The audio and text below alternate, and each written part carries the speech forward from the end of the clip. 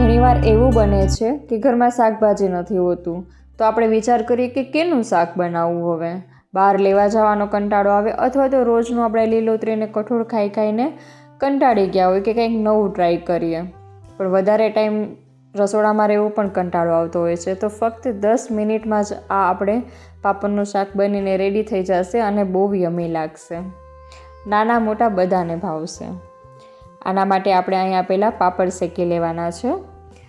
નાના પાપડ હોય તો 4 પાપડ લઈશું આપણે, ને મોટા પાપડ હોય તો 2 લઈશું. અને જો ઘરમાં તમારે મેમ્બર વધારે હોય તો વધારે પાપડ લઈને શેકી લેવાના છે. અહીંયા આપણે તળેલા પાપડનો યુઝ નથી કરવાનો, પાપડ શેકવાના જ છે. તમે ડાયરેક્ટ ગેસ પર પણ શેકી શકો છો, તવી ઉપર ના શેકવા હોય તો, પણ પાપડ આપણે શેકીને જ લેવાના છે. અને આપણે વઘાર કરશું ગ્રેવીને, ત્યાં સુધીમાં પાપડ પહેલાં શેકી લઈએ તો ઠંડા થઈ જાય ને કડક થઈ જાય છે.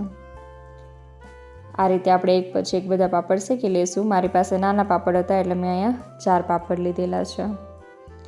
આ રીતે પાપડ શેકીને પછી આપણે એક પેનમાં 4 પાવરા જેટલું તેલ લેવાનું છે.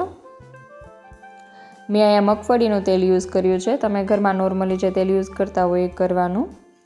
રાઈ તતડાવી લઈશું. તેલ ગરમ થાય એટલે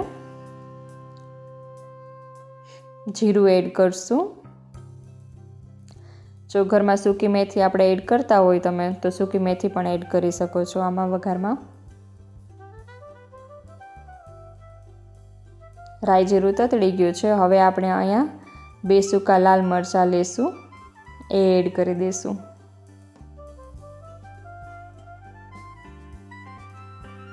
હિંગ એડ કરશું.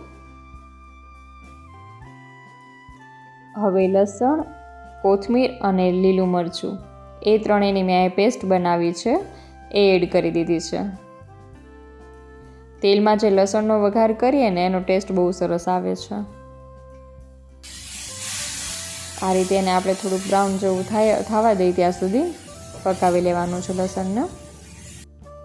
પછી 3 મીડિયમ સાઇઝની ડુંગળી લીધી છે, એને મિક્સરમાં પીસી લીધી છે.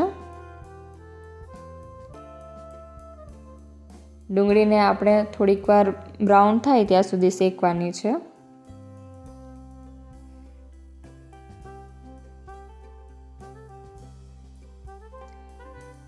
હવે આપણે અડધી ચમચી હળદર એડ કરશું.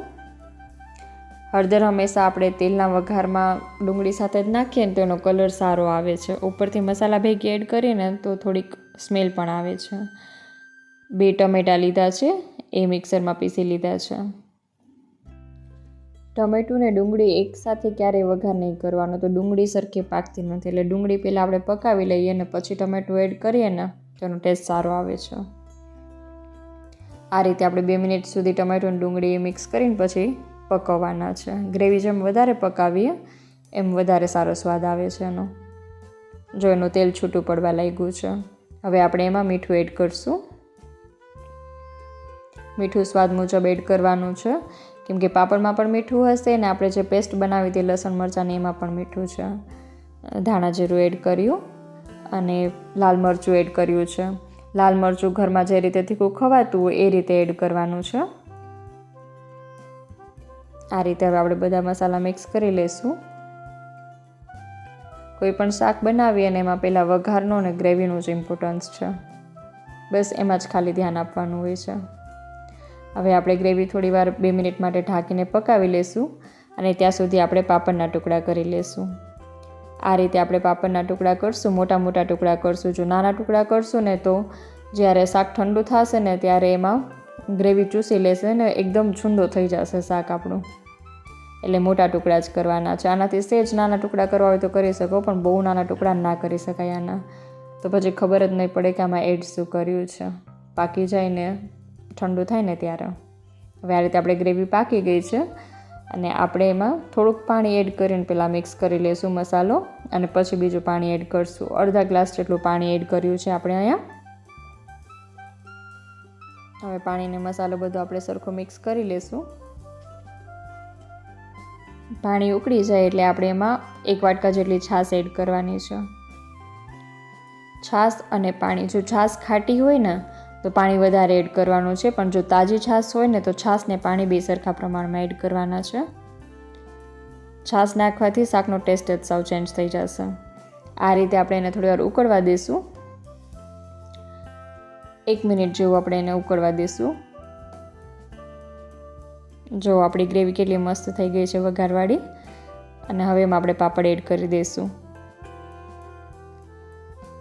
પાપડને આપણે ખાલી 2 મિનિટ માટે જ પકાવવાના છે, વધારે નથી પકાવવાના. વધારે પકાવશું ને તો શાક એકદમ છુંદા જેવું બની જશે, એટલે વધારે આપણે નથી પકાવવાના.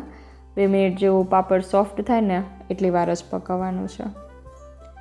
ઢાંકણ પણ નહીં ઢાંકવાનું, ખુલ્લું વરાળમાં જ આપણે પકાવવાનું છે. જો આ રીતે આપણે શાક હવે પાકી ગયું છે. અને હવે આપણે ગેસની ફ્લેમ બંધ કરીને કોથમીર છાંટી દઈશું. બન્યું છે ને એકદમ યમ્મી શાક, અને બસ 10 જ મિનિટમાં બની જશે, કાંઈ પણ ઝંઝટ વગર. કંઈ નવું ટ્રાય કરવું હોય તો આ જરૂર ટ્રાય કરજો. અને રેસીપી ગમી હોય તો કમેન્ટ બોક્સમાં જરૂર લખજો. અને વિડીયો ગમ્યો હોય તો વિડીયોને લાઇક, ચેનલને સબસ્ક્રાઈબ જરૂર કરજો.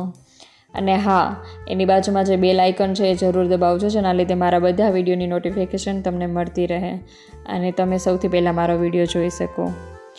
હવે આગળ મળશું આપણે નવી રેસીપી સાથે નવા વિડીયોમાં. ત્યાં સુધી bye bye, take care, thank you.